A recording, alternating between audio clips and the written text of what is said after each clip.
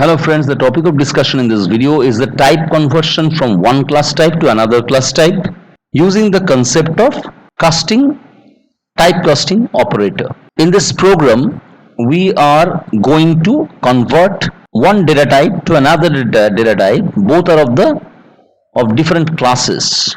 That is user defined data type from one user defined data type to another user defined data type. The conversion will be done in that manner. In one of our earlier videos, I have shown you this type of conversion from one class type to another class type using the parameterized constructor concept. But in this video, I will show you the same data type conversion, that is type conversion from one class type to another class type with the help of typecasting operator function. So let's start with the program. Hash include iostream using namespace std, class vector2. So this is a class having three private integer data members pq and r. Under the public section there is a default constructor vector2. There is a parameterized constructor vector2 int I, int j, int k, where I, j and k will be assigned to p, q and r respectively. Show is the member function which displays the vector value, that is the values of p, q and r. After that I have written three member functions which returns three integer values, that is the p value from ret underscore p function, the value of q from the ret underscore q function, the value of r from the ret underscore r function.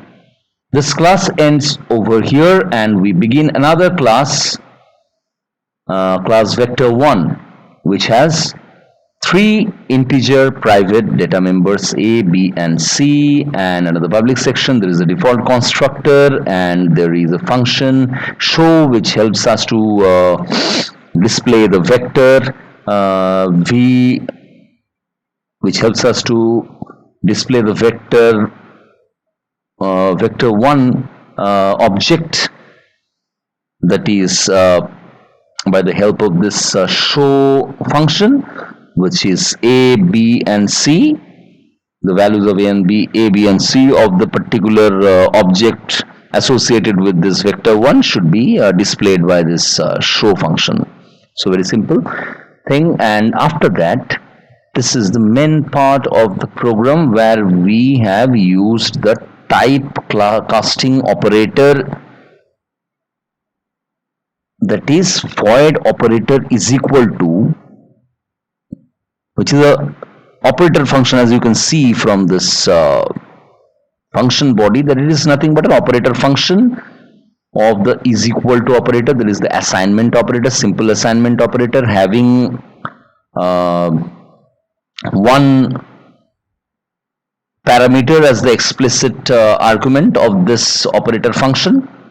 Because this operator function is being implemented as a member function, we would expect that we will easily think that we can easily see that there should be only one argument to this operator function, and there is only one argument vector2 v2, and this argument is obviously of the data type vector2 class, that is the class which we have written above at the very beginning.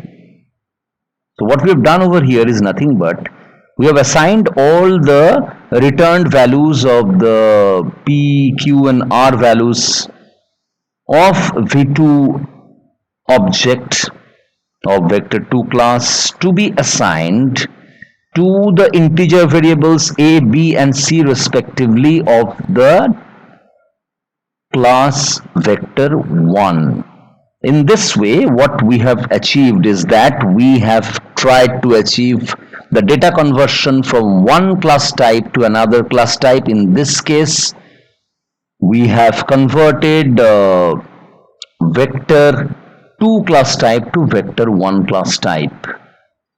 So let's go to the main section and see what has been written over there. Vector1 v1 is the instantiation of the vector1 class with the default constructor and vector2 v2 with 356 invokes the parameterized constructor of vector2 class with 3 as the value of p and 5 as the value of q and 6 as the value of r. After that, I've written this line v1 is equal to v2, and this is the most important part of this program. That is, we assign one data type to another data type. That is v2 data type. v2 is the object of the vector 2 data type, and v1 is the object of the vector 1 data type. And v2 will be, this v2 data type will be converted to v1's data type by the use of this operator function, this typecasting operator function written above. And we can easily think of this line to be like this: v1 dot operator is equal to, within bracket v2, where v1 will be passed by this pointer in an implicit way, and v2 will be the explicit argument of the operator function.